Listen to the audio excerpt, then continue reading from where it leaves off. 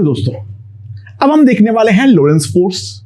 Lorentz force क्या होता है? अभी तक हम लोगों ने केवल और केवल चार्ज पार्टिकल का जो सिंगल मैग्नेटिक फील्ड है उसके कारण जो फोर्स है उसके बारे में हमने देखे थे।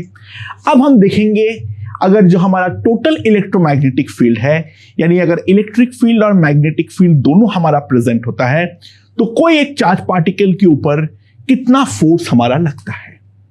तो मान लो हमारे कोई एक स्पेस में हमारे पास चार्ज है, कोई हमारे जो स्पेस में जो हमारे पास इलेक्ट्रिक फील्ड है वो है ई वेक्टर, और जो हमारा मैग्नेटिक फील्ड है वो है हमारा पी वेक्टर। कोई एक चार्ज क्यू जो है वो हमारा मूव कर रहा है with a velocity of v। तो ध्यान दो, जो टोटल हमारे पास इलेक्ट्रोमैग्नेटिक फोर्स होगा that will be nothing but the sum of the electric force Fe vector and the magnetic force that is the Fm vector। ठीक है, और ये जो टोटल फोर्स होता है इलेक्ट्रोमैग्नेटिक, इसको हम बोलते हैं लोरेंस फोर्स। लोरेंस फोर्स का स्पेशलिटी क्या है उसके बारे में हम बाद में बातचीत करेंगे। सबसे पहले मान लो ये इसको हम लोरेंस फोर्स बोलते हैं। तो सबसे पहले दो सिंपल क्वेश्चन के थ्रू देखते हैं, जो इन चार में से कौन कौन से केसेस में पार्टिकल जो है वो हमारा विदाउट एक्सीलरेशन मूव कर सकता है। ग्रेविटी का इफेक्ट जो है वो हमारा कंसीडर नहीं करना है। अच्छा, ऑब्वियस ही बात है, ये तो हमारा ऑब्वियस आंसर है। अगर इलेक्ट्रिक और मैग्नेटिक फोर्स हमारा जीरो है, तो इलेक्ट्रिक और मैग्नेटिक फील्ड हमारा जीरो है, तो दोनों ही कोई फोर्स नहीं लगाएगा, तो पार्टिकल का एक्सीलरेशन डेफिनेटली हमारा जीरो ही होने वाला है। अच्छा, सेकेंड वाला केस पे अगर हम कंसीडर करें, ये हमारा मैग्नेटिक फील्ड है बी वेक्टर, और स्पीड जो है उसको मैं इसके अलोंग ही कर दूं, यानी V vector parallel to B vector है। तो इन दैट केस हमारा मैग्नेटिक फोर्स जो है वो हमारा जीरो हो जाएगा। इलेक्ट्रिक फील्ड तो जीरो है ही है, तो उस कारण पे पार्टिकल का एक्सीलरेशन नहीं होगा। अच्छा, तीसरा वाला केस कभी हो ही नहीं सकता है। मैग्नेटिक फोर्स जो है वो हमारा जीरो है, लेकिन अगर इलेक्ट्रिक फील्ड जो है वो तो हमारा फोर्स लगाएगा ही लगाएगा। तो तीसरे केस पे जो हमें एक्सीलरेशन मिलेगा a vector, that will be simply Q E by M. E जब तक हमारा जीरो नहीं होगा तब तक ये हो ही नहीं सकता है, तो ये हमारा आंसर पे मार्क नहीं होगा। और चौथा केस जो है वो हमारा ई अगर नॉन जीरो है और बी भी नॉन जीरो है तो हमारा फोर्स जो है वो जीरो हो सकता है या नहीं? जी हां, बिल्कुल हो सकता है। वो इस तरीके से होगा, if Q E vector plus Q into we cross B that is equals to zero हो, यानी ई वेक्टर अगर मेरा माइनस वी क्रॉस बी के इक्वल हो तो इन दैट केस इसका एक्सीलरेशन हमारा जीरो हो सकता है। ठीक है, अच्छा, इसका दूसरा केस है, किस किस केस में अनडिफ्लेक्टेड मूव करेगा, यानी पाथ का डायरेक्शन नहीं बदलेगा। अच्छा, ऑब्वियस सी बात है, फर्स्ट वाले पे तो होगा ही होगा, और सेकेंड वाला भी सिमिलर कंडीशन है, ये भी हमारा होगा ही होगा। अच्छा, चौथा केस भी ऑब्वियस है। ट्राई टू रियलाइज, यहां पर जो है एक्सीलरेशन अगर ये वाला कंडीशन हो जाए, एक्सीलरेशन जीरो होगा तो डिफ्लेक्शन भी नहीं होगा। पार्टिकल का तुम जो वेलोसिटी दोगे वो हमारा एक पर्टिकुलर डायरेक्शन पे मूव करेगा। एंड अगर हमारा तीसरा वाला केस के बारे में हम कंसीडर करें तो ध्यान देना, यहां पर पार्टिकल एक्सीलरेट तो करेगा, लेकिन if v vector is parallel to e vector, then try to realize line of motion does not change। जो लाइन ऑफ मोशन होगा उस पर तो कोई चेंज हमें नहीं मिलने वाला है, और उस पर कोई चेंज नहीं मिलेगा तो ये अनडिफ्लेक्टेड मूव करेगा। तो थर्ड वाला केस जो है वहां पर भी हमें अनडिफ्लेक्टेड मूवमेंट मिल सकती है, यानी चारों केस पे हमें अनडिफ्लेक्टेड मूवमेंट मिलेगी। अब हम लोग कुछ स्पेशल केसेस करेंगे।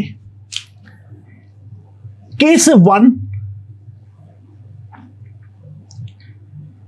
E vector is a parallel to B vector and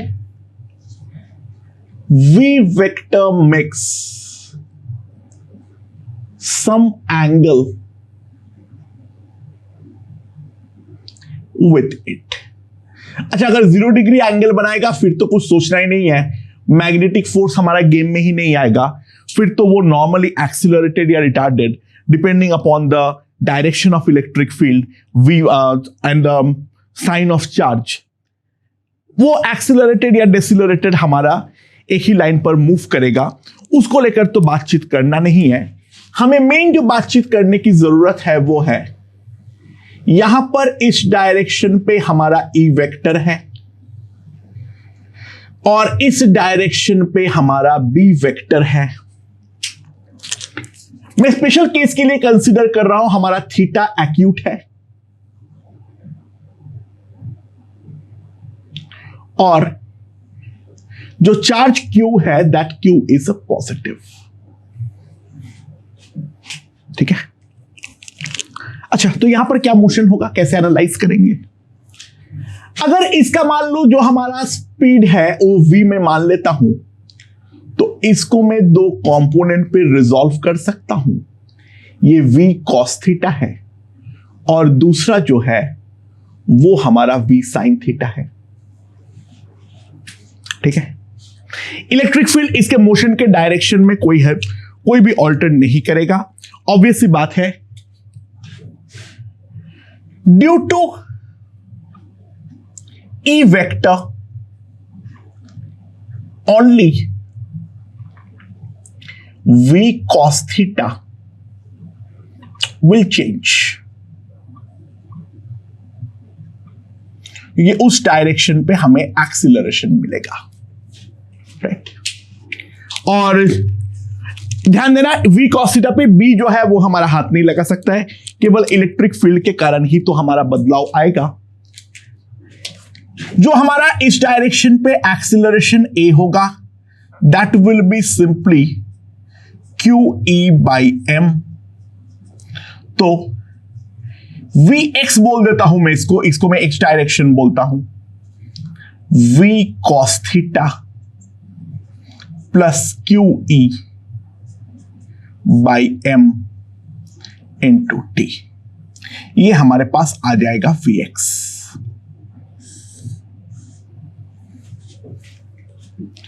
and ध्यान देना, जो हमारा Vy है यानी V sin थीटा है उस पर जो है इलेक्ट्रिक फील्ड हाथ नहीं लगाएगा। तो try to realise on V sin theta only magnetic field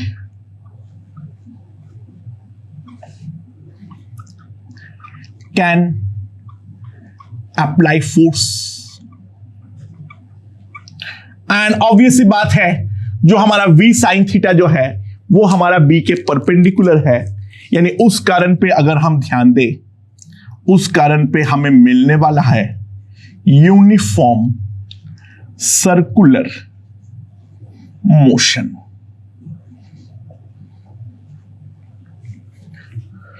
ठीक है, उसमें जो होगा वो यूनिफॉर्म सर्कुलर मोशन होगा। अच्छा, उसका जो रेडियस होगा r वो हमारा कितना हो जाएगा?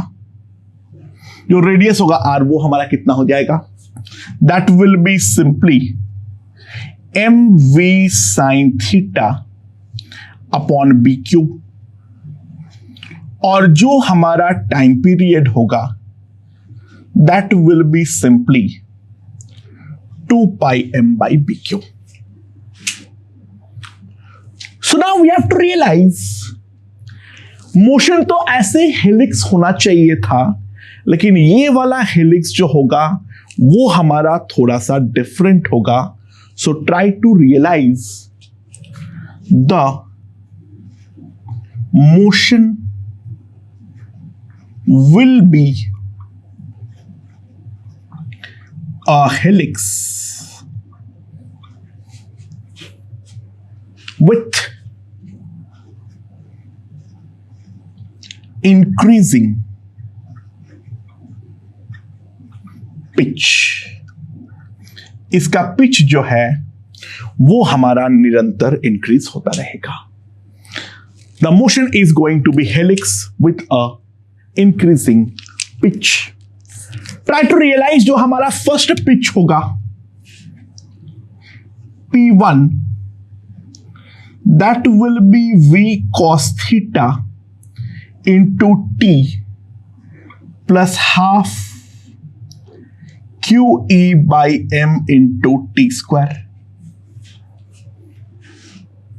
ठीक है. तो दोस्तों मैं Pn क्या लिख सकता हूं? V cos theta into NT plus half QE by M n square T square. और Pn minus 1 हमारे पास क्या हो जाएगा? V cos theta into n minus 1t plus QE by M n minus 1 का whole square into T square.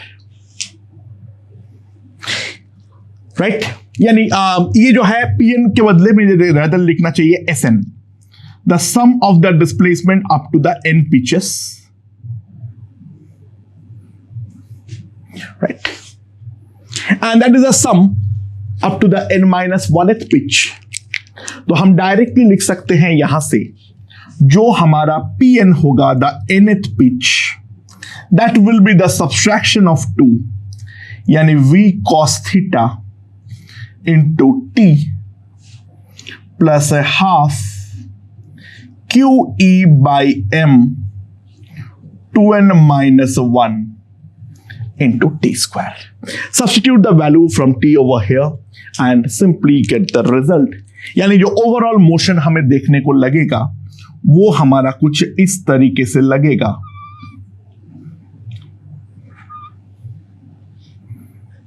So on and so forth. P1 is the smallest, P2 उससे बड़ा, P3 उससे भी बड़ा, so on and so forth.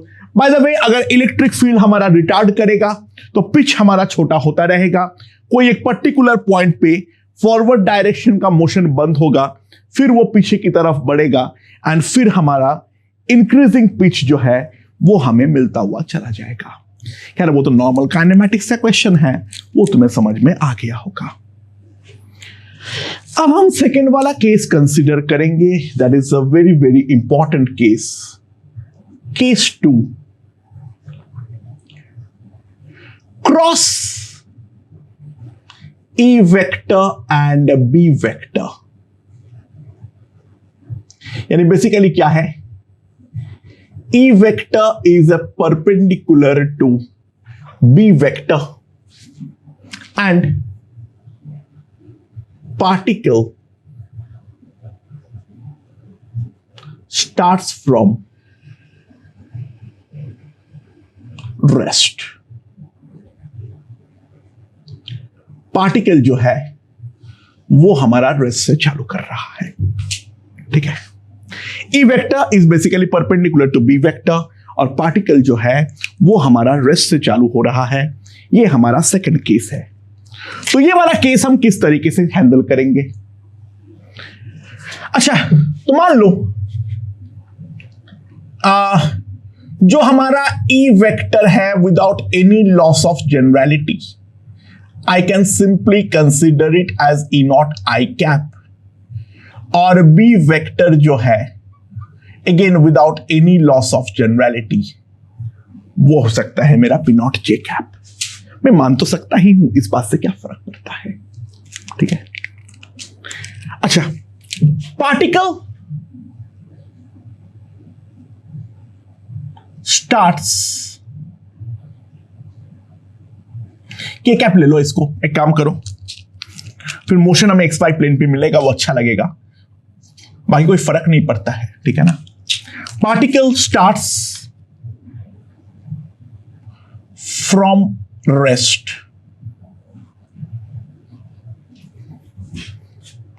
और वो जो है वो उसका हमारा 0,0,0 पे है। यहां पर से हमारा 0,0,0 से पार्टिकल जो है वो हमारा मूव कर रहा है, मतलब चालू हो रहा है मूवमेंट करना।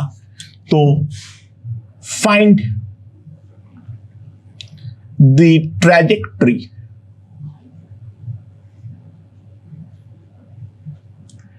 Of path. हमारा जो पाथ होगा उसका ट्रैजेक्टरी क्या होगा उसके बारे में यहां पर हमें देखना है। अच्छा, क्योंकि मैग्नेटिक फील्ड जो है वो हमारा के कैप के अलोंग है, फोर्स उसके परपेंडिकुलर ही लगता है, और इलेक्ट्रिक फील्ड आई कैप के अलोंग है, वो फोर्स तो एक्स एक्सिस के अलोंग ही लगाएगा। तो let velocity at general instant, velocity जो है वो कोई भी जनरल इंस्टेंट पे हमारा कितना है, Vx I cap plus Vy J cap. कोई भी जनरल इंस्टेंट पे वेलोसिटी हमारे पास होगा Vx I cap plus Vy J cap. So हमारे पास जो फोर्स आएगा F वेक्टर वो हमारे पास कितना आ जाएगा, Q E naught I cap plus Q B naught Vx I cap plus Vy J cap cross K cap. So यहां पर I cross K is nothing but minus J, so that will come out to be Q E naught I cap plus Q B naught minus Vx J cap plus Vy I cap। तो हमारे पास जो net force आ जाएगा that will B Q E naught plus Q B naught Vy into I cap minus Q B naught Vx into J cap। ये हमारे पास force आ जाएगा general. तो यहां से इसको मैं लिख सकता हूं M into A वेक्टर। अच्छा, Q by M को हम बोलते हैं क्या, अल्फा, यानी इसको हम बोलते हैं स्पेसिफिक चार्ज। ठीक है, ये टर्म को हम बहुत बार इस्तेमाल करेंगे इसलिए मैं इसको यहां पर लिख दे रहा हूं। तो m से मैं डिवाइड जब करूंगा तो ट्राई टू रियलाइज जो हमारे पास ax होगा that will be nothing but E not plus B not Vy into alpha, और जो हमारा ay होगा minus alpha B not into Vx। अच्छा, इसको सॉल्विंग टेक्निक में तुम लोगों को पहले सिखाया था। इनमें से दोनों में से किसी एक को डिफरेंशिएट करना होता है, एंड ऑब्वियसली बात है यहां पर दो टर्म है, तो आई विल प्रेफर जो मैं सेकेंड वाला टर्म जो है उस पर मैं उसको पुट करूं, तो मैं सेकेंड वाला टर्म जो है वहां पर उसको पुट कर दूंगा, मतलब फर्स्ट वाले जो है उसको मैं डिफरेंशिएट करूंगा। So try to realise this is nothing but d square Vx by dt square, that will be alpha B not into ay, and that will come out to be equals to minus alpha B naught का whole square into Vx। So ये हमारा SHM type का equation है। Obviously ये SHM नहीं है, ये SHM type का इक्वेशन है। तो हमारे पास जो आ जाएगा Vx जो हमारे पास आएगा that will be some a sine alpha B naught t plus 5, ये हमारे पास आ जाएगा Vx। ठीक है। अच्छा, ऑब्वियसली बात है, at t equals to 0,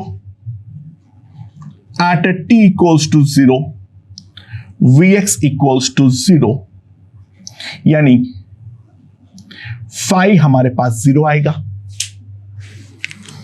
and यहां से मैं एक चीज लिख सकता हूं, जो हमारे पास Vx होगा, that Vx will be nothing but a sin alpha b naught t.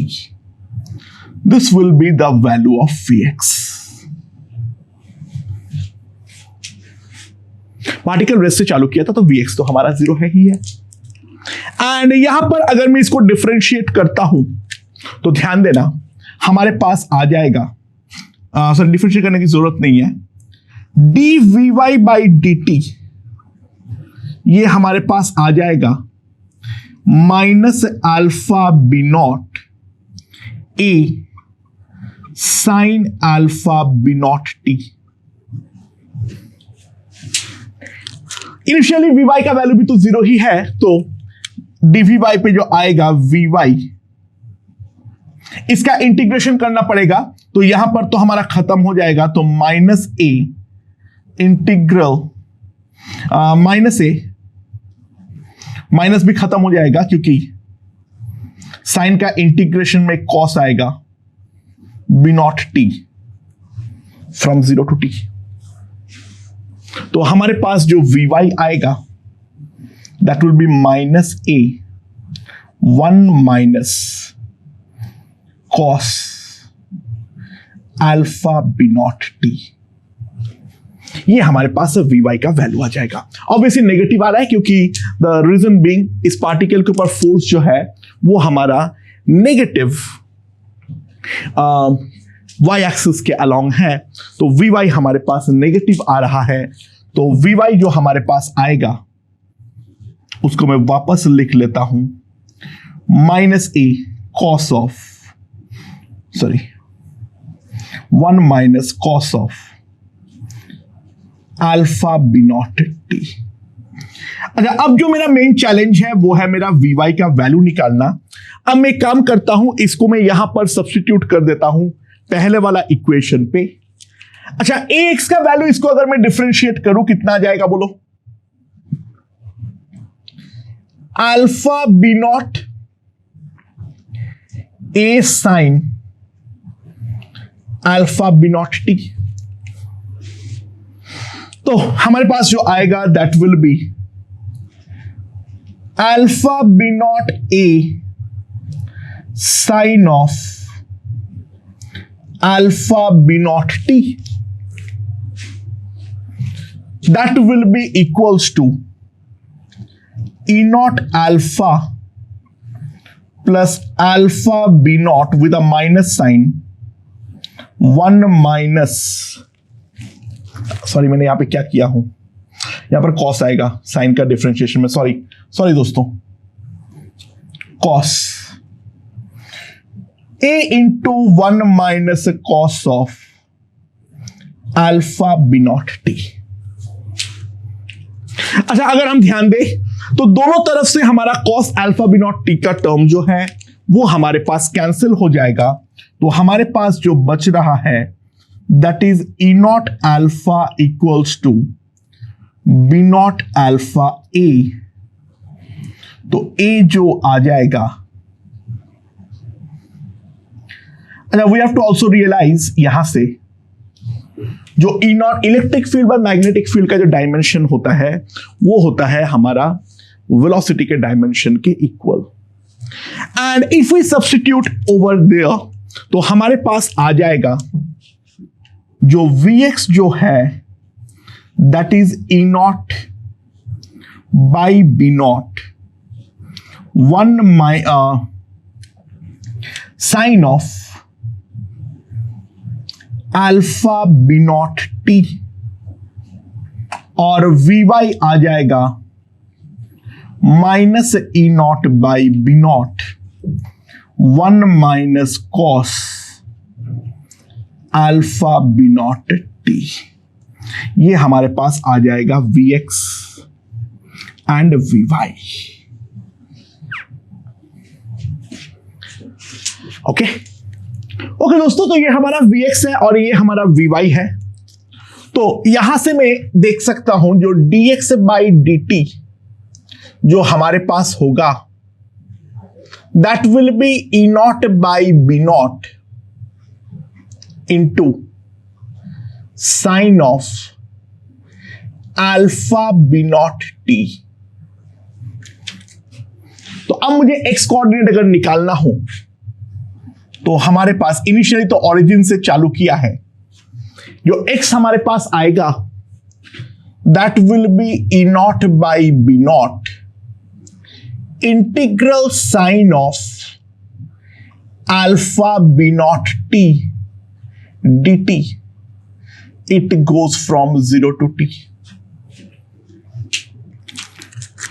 तो इंटीग्रेशन जैसे करूंगा अल्फा B नॉट हमारा नीचे आएगा, अच्छा -1 आएगा लेकिन उसको मैंने इंटर एक्सचेंज करने में यूज कर दूंगा, तो x हमारे पास आ जाएगा E naught by alpha B naught square 1 minus cos alpha B not t।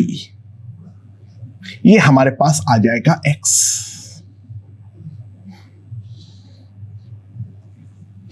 ठीक है, और दूसरा जो है वो क्या है, जो हमारे पास dy बाई dt आ जाएगा that is nothing but minus E naught by B naught 1 minus cos of alpha B not t। Initially तो ये ओरिजिन से हमारा जर्नी जो है वो हमारा चालू किया था, तो हमारे पास y जो है that will simply come out to be minus E naught by B naught तो बाहर, एक तो नॉर्मल इंटीग्रल dt फ्रॉम 0 to t cos अल्फा B नॉट t dt फ्रॉम 0 to t। तो if I see over here, जो हमारे पास y आ जाएगा that will be minus E naught t by B naught plus ये माइनस माइनस प्लस हो जाएगा E naught by alpha B naught square sine of alpha B not into t। ये हमारे पास y आ जाएगा। तो हमारे पास x और y कोऑर्डिनेट जो है वो हमने इस तरीके से निकाल दिए हैं। अब इसके पाथ को समझना जरूरी है, पाथ किस तरीके से निकालेंगे उसके बारे में देखते हैं। नाउ ट्राई टू रियलाइज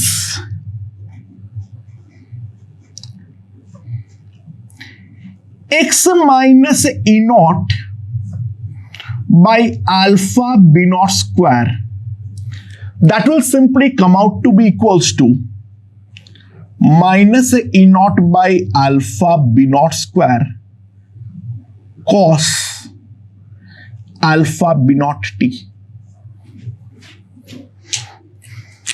और जो हमारा y होगा y plus E naught t alpha B not square, that will be simply equals to E naught alpha B naught square into sine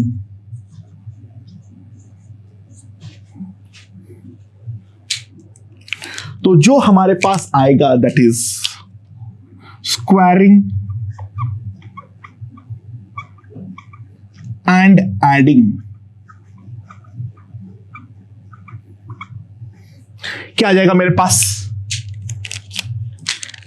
हम डायरेक्टली लिख सकते हैं एक चीज, जो x minus E naught by alpha B naught square का whole square plus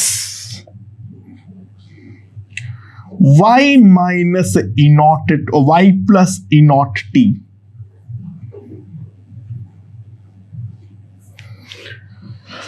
sorry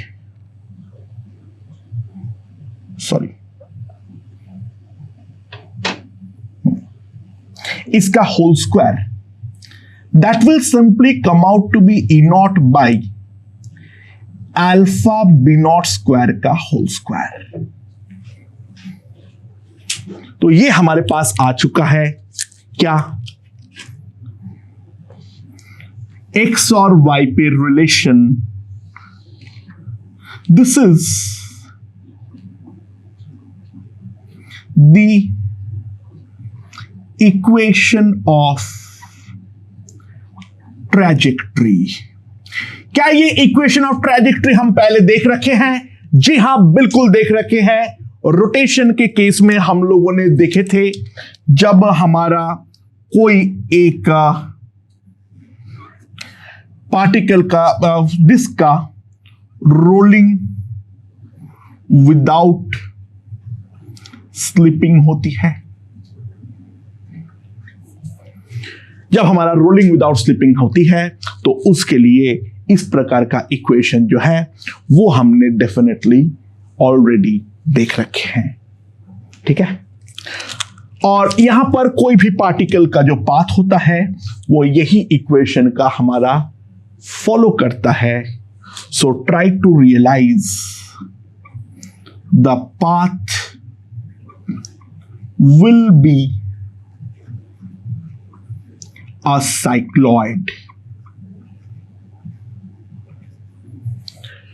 The path is going to be a cycloid, क्योंकि इसका जो x कोऑर्डिनेट है वो तो हमारा, देखो अगर मान लो यहां पर t का इंडिपेंडेंस होता फिर तो ये प्योर सर्कुलर मोशन होता हमारा। ठीक है, लेकिन यहां पर जो है, यहां पर हमारा ऑब्वियस सी बात है, जो डिपेंडेंस है वो डिपेंडेंस इसके सेंटर का टी के साथ भी है, क्योंकि इसका सेंटर भी जो है वो भी तो हमारा मूव करता है। अगर अपनी जगह पर मूव करता फिर तो ये प्योर सर्कुलर मोशन को फॉलो करता, लेकिन ये क्योंकि आगे भी ट्रांसलेट कर रहा है इस कारण पे वाई वाले पे हमें टी देखने को मिली है। So the path is going to be a cycloid. तो अगर मैं यहां पर ड्रॉ कर लूं इसके पाथ,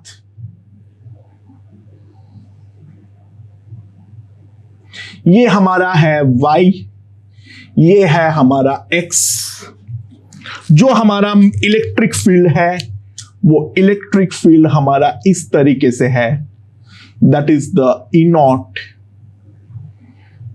आई कैप। मैग्नेटिक फील्ड जो है वो हमारा बाहर की तरफ जो है, that is my b naught k cap. और अब हमारा मोशन किस तरीके से होने वाला है, ट्राई टू रियलाइज। ये वाला क्वांटिटी का मिनिमम वैल्यू 0 है, तो इसका जो मैक्सिमम वैल्यू है वो हमारा इतना है। तो जब मैं खोलूंगा तो ध्यान देना, x का जो हमारा वैल्यू होगा वो x का वैल्यू हमारा लाई करेगा between 0 and 2 e naught by alpha B naught square. ठीक है, बट y पे जो है वो तो हमारा कंप्लीटली अनबाउंडेड है, यानी ध्यान देना जब हमारा x जो होगा वो हमारा ई नॉट बाई बी नॉट का होल स्क्वायर होगा, तो ये वाला क्वांटिटी हमारा 0 होगा, लेकिन y हमारा कंप्लीटली अनबाउंडेडली नेगेटिव की तरफ मूव करता जाएगा। तो इसके ऊपर जो फोर्स होगा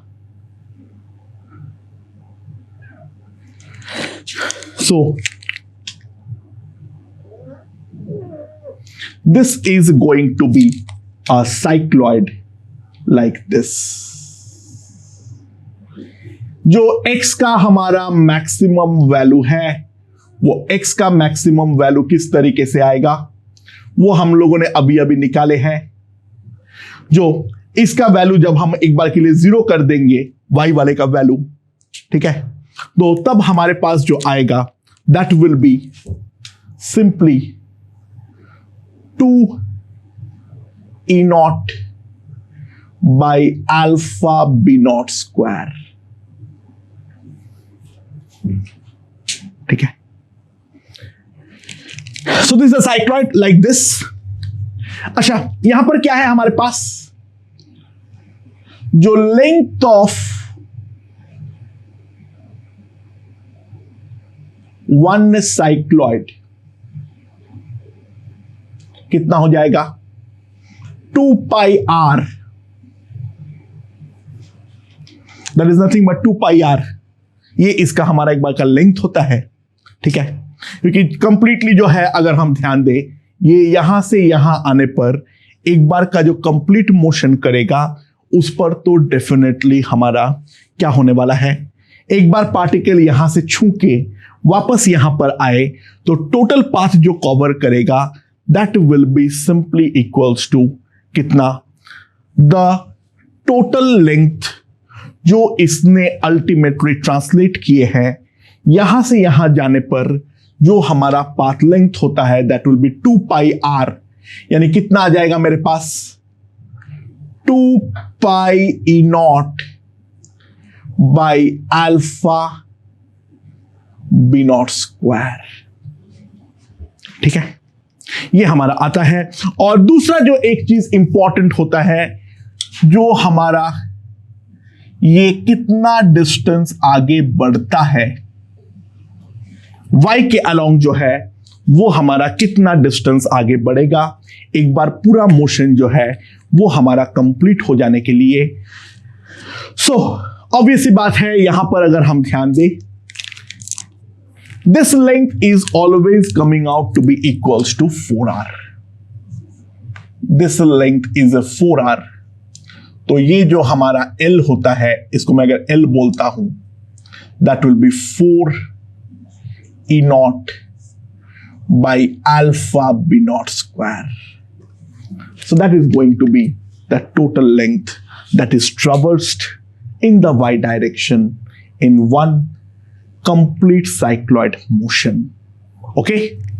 Okay दोस्तों, तो अब हमारा length of the cycloid path, यानी एक बात ध्यान दो, जो सबसे पहले अगर मैं इस वाले को कैलकुलेट करने का कोशिश करूं, इसको अगर मैं L1 बोलूं, तो what will be the value of L1? Try to realize it will be nothing but 2 pi r। यानी यहां पर जो हमारा रोलिंग विदाउट स्लिपिंग का रेडियस था, एक पार्टिकल यहां से चालू करके वापस यहां पर आ रहा है, क्योंकि स्लिपिंग नहीं हुई है तो इसका हर पॉइंट जो है वो कभी ना कभी तो इसके साथ टच पे आया है, और एग्जैक्टली एक ही बार हमारा टच पे आया है। तो ये L1 जो होगा that is nothing but 2 pi r। यानी यहां पर जो होगा that will be 2 pi e naught by alpha b naught square। ठीक है, और दूसरा जो हमारा है वो है इसका लेंथ। ये जो हमारा एक का पूरा साइक्लॉइड मोशन हो रहा है, यानी L2, इसको हम लोग बोलते हैं लेंथ ऑफ साइक्लॉइड।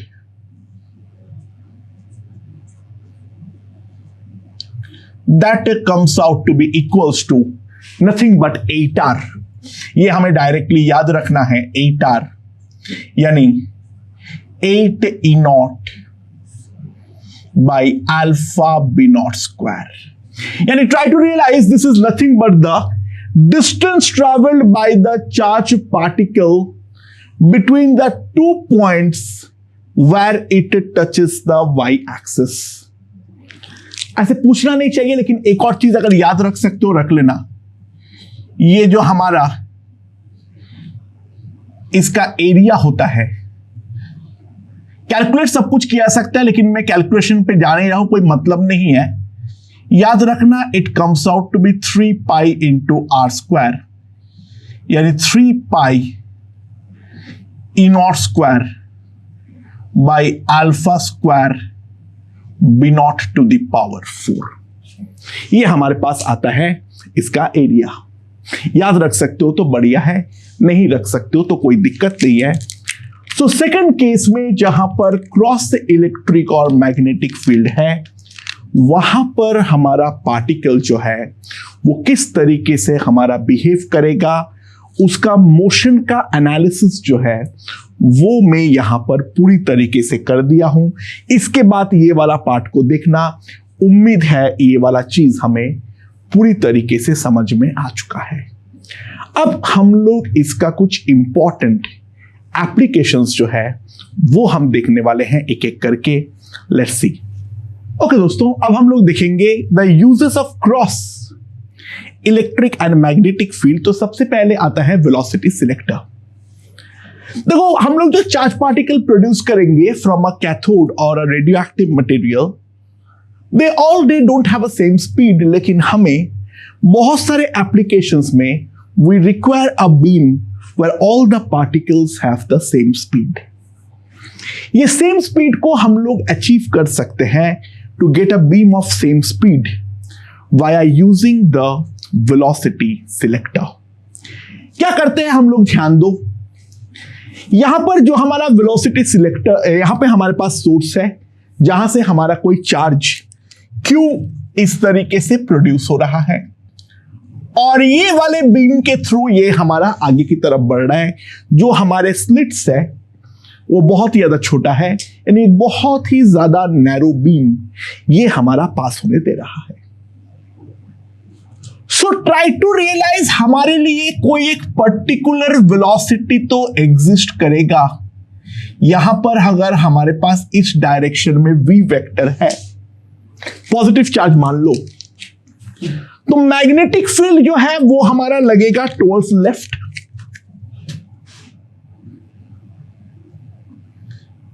और जो इलेक्ट्रिक फील्ड लगेगा वो हमारा लगेगा towards right.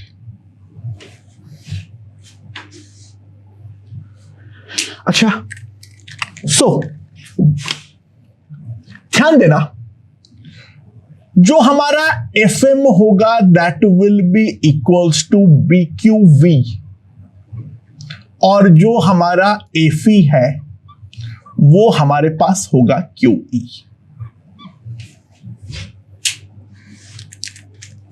So try to realise, if FM greater than FE हो, it deflects to the left।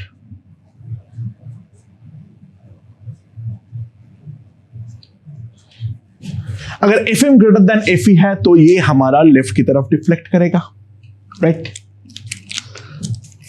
If FM is less than FE, it deflects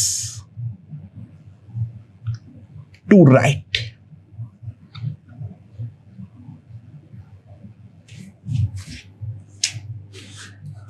पर ध्यान देना, for a given E and V particular एक velocity exist तो करेगा।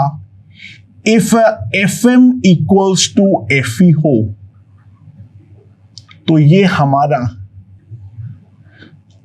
Undeflected जाएगा, यानी simple सी बात है, अगर हम लिखें जो BQV इज इक्वल्स टू, अगर हमारे पास QE हो, यानी V अगर हमारे पास E/B हो, तो वो सारे पार्टिकल्स हमारा अनडिफ्लेक्टेड जाने वाला है। यानी हमारे पास जो बीम है उस पर अगर हमारे पास डिफरेंट स्पीड्स के पार्टिकल है भी, तो एक बीम अनडिफ्लेक्टेड चला जाएगा, और कुछ जो पार्टिकल्स है जिनमें हमारा स्पीड्स काफी कम है वो हमारा राइट के तरफ टिल्ट हो जाएगा, और जिस पे हमारा स्पीड काफी ज्यादा हो वो हमारा लेफ्ट की तरफ टिल्ट हो जाएगा। एंड ध्यान देना, ये जो हमारा this straight beam has all particles with equal speed. This is all particles with equal speed. So that is the working principle of velocity selector, right? Okay दोस्तों, तो अगला देखते हैं, that is the mass spectrometer that is used for the isotope separation. So we have a beam that contains Cl minus. Chlorine जो है वो naturally occurring हमारा जो क्लोरीन होता है उस पे Cl35 और Cl37 दोनों होता है। तो उसका बीम को सबसे पहले इस तरीके का एक वेलोसिटी सिलेक्टर के थ्रू में पास करवाता हूं। तो यहां पर जो है वो बेसिकली ऊपर भी एक स्लिट होती है पतला सा, और नीचे भी हमारा एक बहुत पतला सा स्लिट होती है, जो कि प्रैक्टिकली जो हमारा बाकी डिफ्लेक्टेड बीम है वो हमारा पास कर ही नहीं सकता है। यहां पर जो हमारा इलेक्ट्रिक फील्ड है वो हमारा है इस डायरेक्शन पे। अच्छा, नेगेटिवली चार्ज्ड है तो मैग्नेटिक फील्ड जो लगेगा, मैग्नेटिक फोर्स जो लगेगा वो हमारा इस तरफ लगेगा टुवर्ड्स लेफ्ट, और जो हमारा इलेक्ट्रिक फील्ड लगेगा, इलेक्ट्रिक फोर्स जो लगेगा वो लगेगा हमारा टुवर्ड्स राइट। ये Fm है और इस डायरेक्शन में Fe है। तो यहां से हमारे पास अनरिफ्लेक्टेड Cl माइनस आएगा, और वही स्पीड वाले आएंगे जहां पर V जो है that is my E/B। And now try to realise, बाहर आते ही केवल और केवल वहां पर हमारा मैग्नेटिक फील्ड है, तो पार्टिकल हमारा इस डायरेक्शन में डिफ्लेक्ट करेगा। बट नाउ दोनों का जो हमारा मास है वो हमारा डिफरेंट है, तो जो हमारा रेडियस होता है R is equals to mv/bq। So v/bq same for both, दोनों के लिए हमारा v/bq जो है वो तो हमारा सेम ही होने वाला है। तो m बड़ा तो डेफिनेट सी बात है हमारा रेडियस भी बड़ा, तो जो हमारा इस पोजीशन पे आने के बाद ट्राई टू रियलाइज, इस तरीके से हमारा बाहर निकल जाएगा Cl35, और इस तरीके से हमारा बाहर निकलेगा Cl37, राइट। सिंपल सी बात है, अगर M2 ग्रेटर देन M1 है तो R2 ग्रेटर देन R1 है। तो इस तरीके से क्लोरीन 35 और 37 का बीम जो है वो हमारा सेपरेट हो जाएगा। तो नाउ दीज टू आइसोटोप्स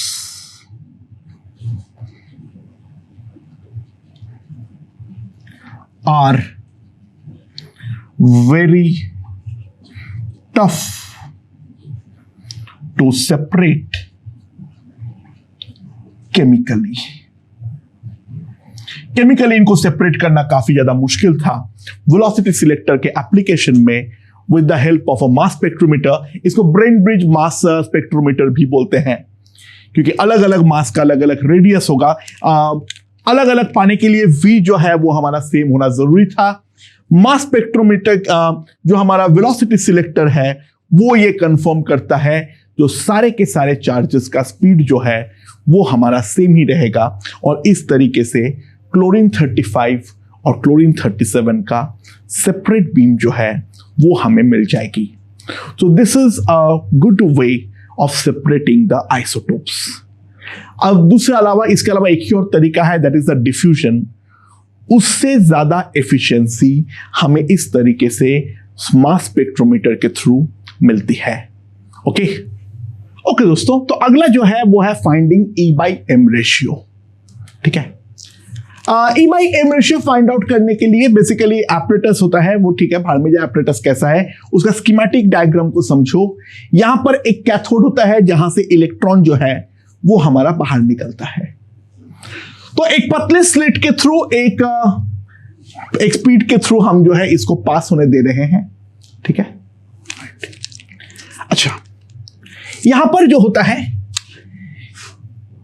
और सबसे पहले हम लोगों ने देखे जो यहां पर फ्लोरेसेंस स्क्रीन है, तो हमारा लाइट स्पॉट जो है वो कहां पर बनेगा, वो बनते हुए हम लोगों ने देख लिए। तो यहां पर हमारा ब्राइट स्पॉट है, और इनिशियली जो है, initially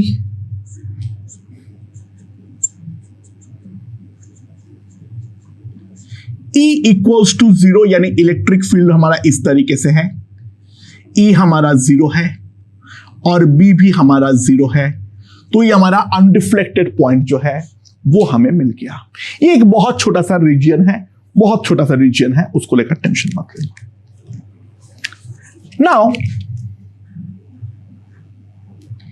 E is turned on,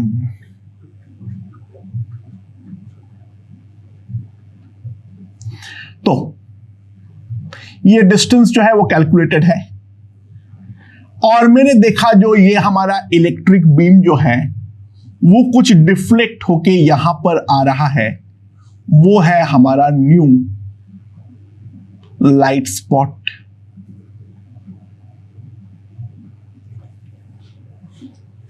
ठीक है, ये जो है वो है हमारा न्यू लाइट स्पॉट, राइट। अच्छा, अब जो है उसके बाद now E and B both are turned on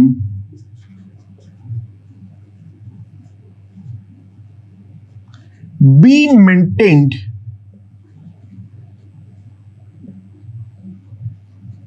such that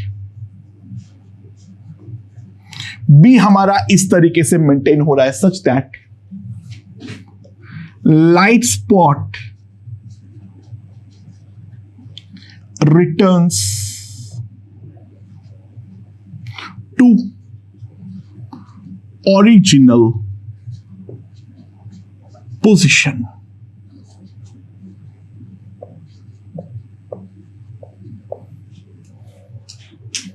ठीक है, लाइट स्पॉट जो है वो हमारा ओरिजिनल पोजीशन पे रिटर्न हो जाए, इस कारण पे हम लोग जो है इस तरीके से बी को सेट किए थे, राइट। ओके दोस्तों, अब ध्यान दो। अच्छा, ये वाला जो लेंथ होता है एल, ये हमारा लगभग 0 होता है, ये बहुत ज्यादा छोटा होता है। ये वाला लेंथ जो है वो मान लो है एल। तो ऑब्वियस सी बात है, जो डिफ्लेक्शन हुआ है वो यहां पर इलेक्ट्रिक फील्ड में आने के कारण ही हुआ है। पहली बात, क्योंकि जब ओरिजिनल पोजीशन पे आ गया है तो जो वेलोसिटी सिलेक्टर है उससे मैं बोल सकता हूं E/B, और यहां पर जो लाइट स्पॉट का डिफ्लेक्शन है Y, वो हम लोगों ने यहां से मेजर कर लेंगे। अच्छा, Y को मेजर करने के बाद ध्यान देना क्या होगा, जो एक्सीलरेशन था दैट इज E/M, तो y जो होगा, जो हमारा टाइम होगा, बाय द वे ये लगभग तो हमारा v स्पीड से ही मूव कर रहा है पूरे के दौरान, t हमारे पास आ जाएगा L/v। सो y जो हमारे पास आएगा that will be half E/M into L/v का होल स्क्वायर।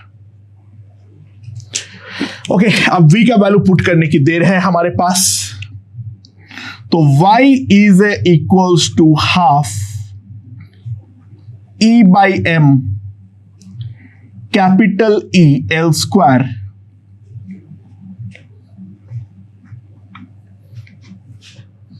तो एक E काट दो, हमारे पास जो E/M आ जाएगा 2YE बाई BL का होल स्क्वायर। तो विद दिस कैलकुलेशन हम चार्ज बाय मास रेशियो जो है वो हम यहां पर निकाल सकते हैं। सो दीज आर सब important applications of velocity selector. By the way यहां पर एक कैथोड से स्लिट के बीच में एक वेलोसिटी सिलेक्टर हमें लगाना पड़ेगा, क्योंकि पर्टिकुलर वेलोसिटी के चीज ही हमारा मूव करे, अदरवाइज हमारा ये एक्सपेरिमेंट नहीं हो पाएगा, क्योंकि हमें एक ब्रांच ऑफ पूरा का पूरा स्पॉट मिलेगा। तो अगर हमें पर्टिकुलर स्पॉट चाहिए तो यहां पर ये कैथोड और स्लिट के बीच में हमें एक वेलोसिटी सिलेक्टर जो है वो हमें लगाना पड़ेगा। तो these are the 3 major uses of E/M ratio, sorry velocity selector and cross electric and magnetic field, right. Okay दोस्तों, अब हम देखेंगे why we have given a special name to the Lorentz force. इसका पंगा बहुत पहले से शुरू होती है। एक चीज ध्यान दो, यहां पर मान लो हमारे पास कोई मैग्नेटिक फील्ड है B वेक्टर, और एक चार्ज पार्टिकल Q जो है वो V वेक्टर से हमारा इस तरीके से मूव कर रहा है ना। ऑब्वियस सी बात है, यहां पर हमारा जो फोर्स लगेगा वो अपवर्ड डायरेक्शन पे लगेगा, तो पार्टिकल इस तरीके से डिफ्लेक्ट करेगा। अच्छा, 2 बंदा यहां पर है। जो पहला वाला बंदा है वो हमारा रेस्ट पर है, यानी ये हमारा ग्राउंड फ्रेम है, राइट।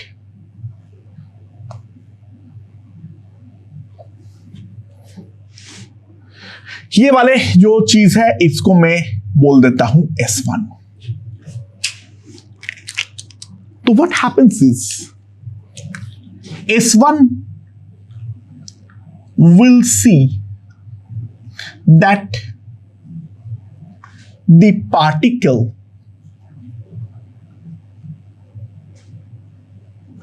deflects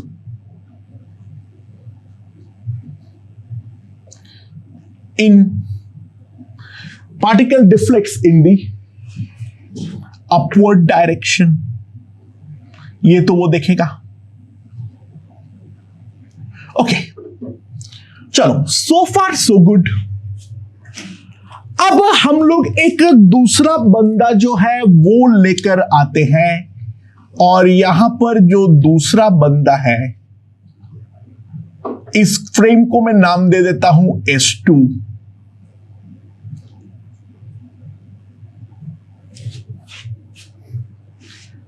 ध्यान देना, ये हमारा एक कांस्टेंट स्पीड v से इस तरीके से मूव कर रहा है। Try to realise this is nothing but inertial frame।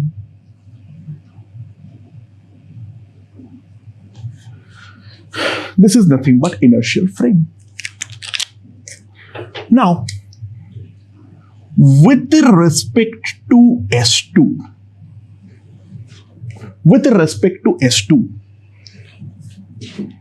Q is stationary. That implies जो हमारा मैग्नेटिक फोर्स होगा that is coming out to be 0।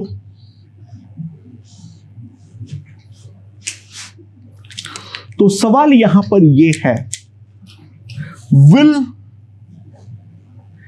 S2 see any deflection?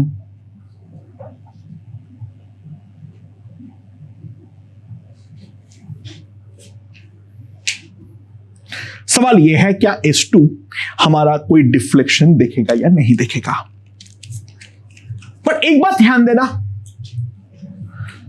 जो एक चीज तो बात है ही है, जो टोटल इलेक्ट्रोमैग्नेटिक फोर्स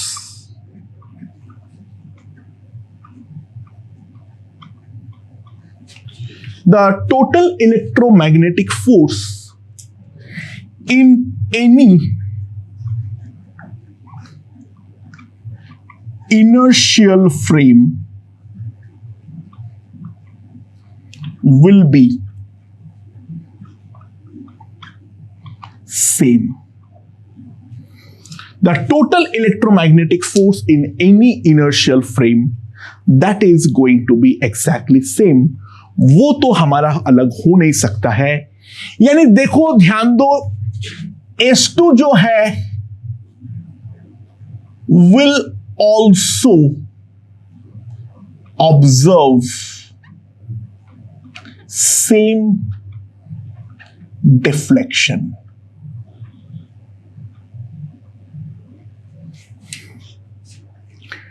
बट कैसे? यह बात तभी एक्सप्लेन हो पाएगा जब हम एक बात को समझे, जो E vector and B vector both depends upon frame। जो हमारा इलेक्ट्रिक और मैग्नेटिक फील्ड है, वो इलेक्ट्रिक और मैग्नेटिक फील्ड जो है वो दोनों हमारा फ्रेम पे डिपेंड करता है। इस बात को हम सबसे पहले रियलाइज करें, ठीक है। वो दोनों हमारा फ्रेम इंडिपेंडेंट नहीं है, तो हम ये बोलेंगे जो F electric vector and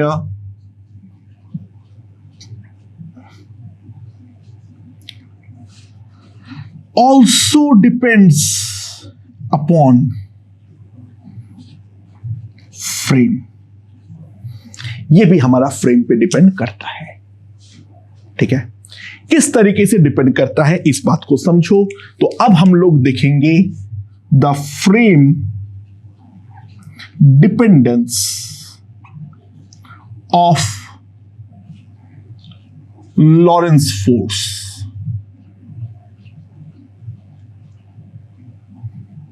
Now we will discuss the frame dependence of Lorentz force। अच्छा, तो सबसे पहले हमारे पास है frame S1। This is my ground frame.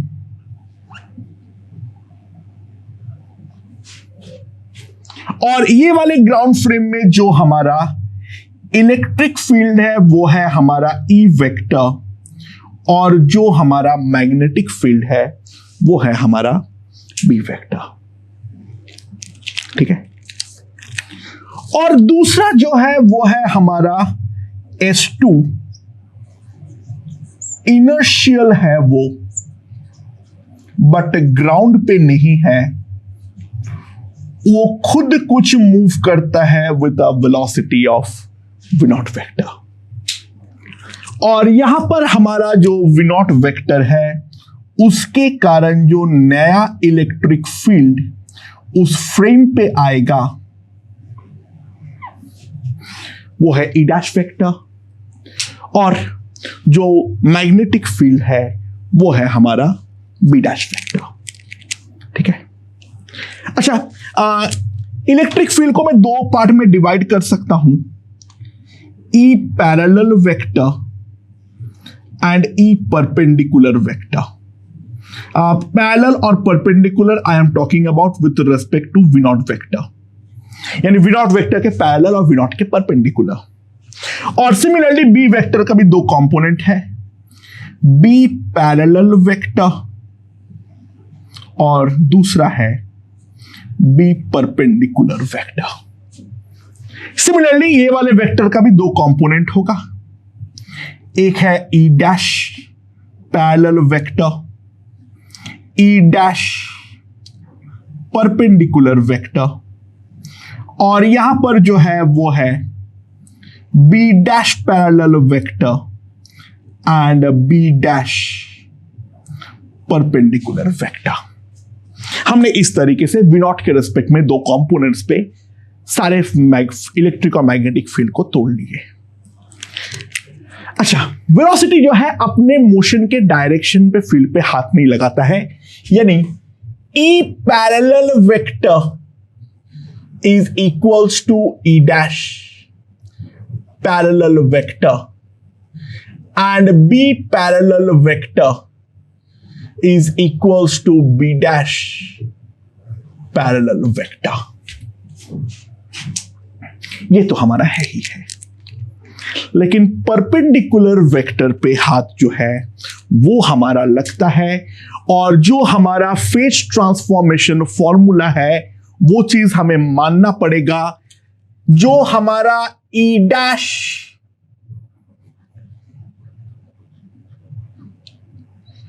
Perpendicular vector है, that is e perpendicular vector plus we naught vector cross b perpendicular vector, ठीक है, sorry cross B vector divided by under root 1 minus we naught square by C square, ठीक है। सो bye basically हमें जो चाहिए होता है, if V naught is much much less than C, तो हमारे पास ई डैश परपेंडिकुलर वेक्टर आएगा E perpendicular vector plus we naught cross B vector.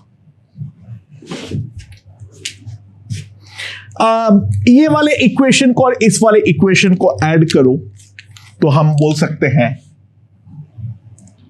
जो हमारा ई डैश वेक्टर होगा that will be e vector plus we naught vector cross B vector.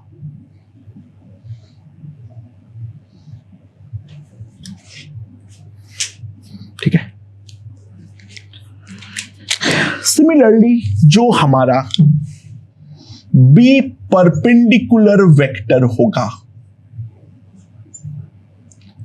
That is b perpendicular vector minus we naught cross E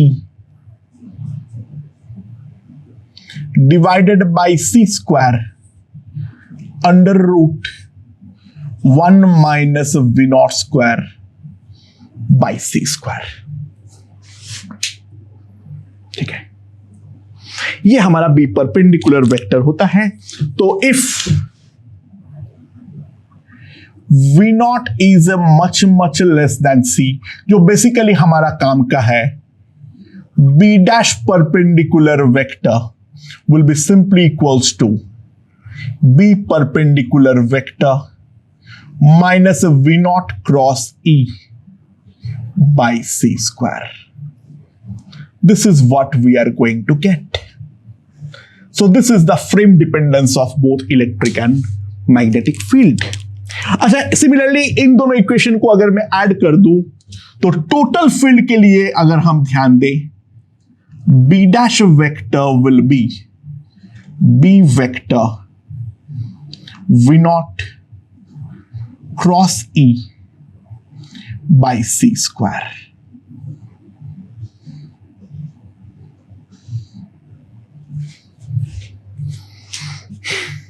okay, समय now अब यहां पर ध्यान दो, क्या है हमारे पास, जो हमारा नेट फोर्स है, net Lorentz force,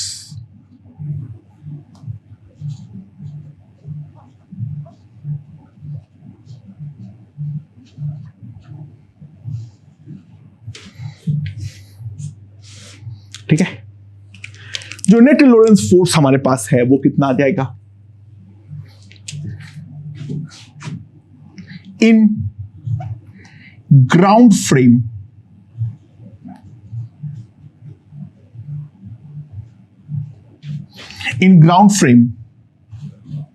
Q E vector q into we cross B vector, ये हमारे पास आ जाएगा। In inertial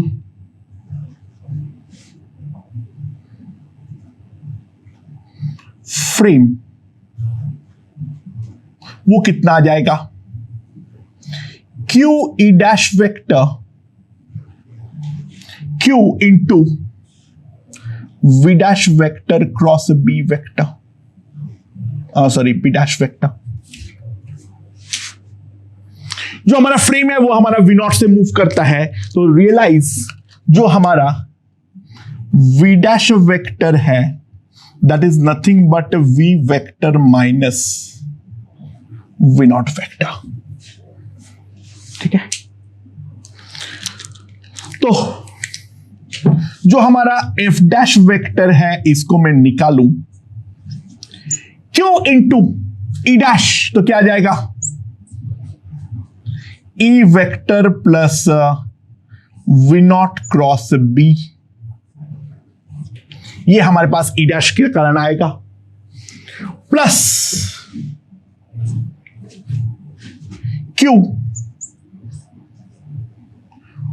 we vector minus we naught vector cross b dash vector, that is b vector minus we naught cross e by C square.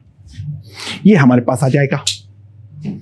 ठीक है, okay, now let's see क्या आता है मेरे पास। That will be Q E vector Q V naught cross B